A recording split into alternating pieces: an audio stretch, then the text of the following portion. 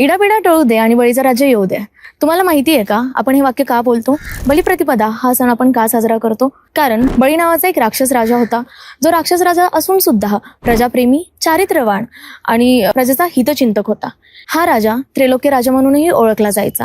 ह्या राजांनी बहुतांश वेळा देवाचाही पराभव केला होता. एके दिवशी बळीराजांनी यज्ञ ठेवलं. सर्व देवतांना माहिती होतं की ह्या यज्ञात तुम्ही बळीराजा यासारख्या दानशूर राजांना जी पण गोष्ट मागितली ती गोष्ट ते तुम्हाला देणार. तेव्हा भगवान विष्णू वामन अवतार घेऊन ह्या यज्ञाजवळ गेले. बळीराजांनी त्यांना विचारलं की तुम्हाला काय दान हवंय?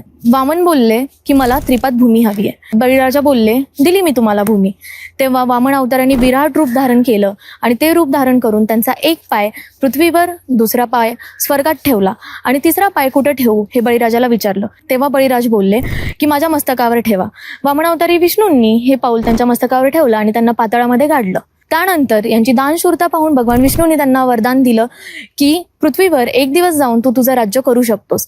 म्हणून आपण बलिप्रतिपदा हा सण साजरा करतो.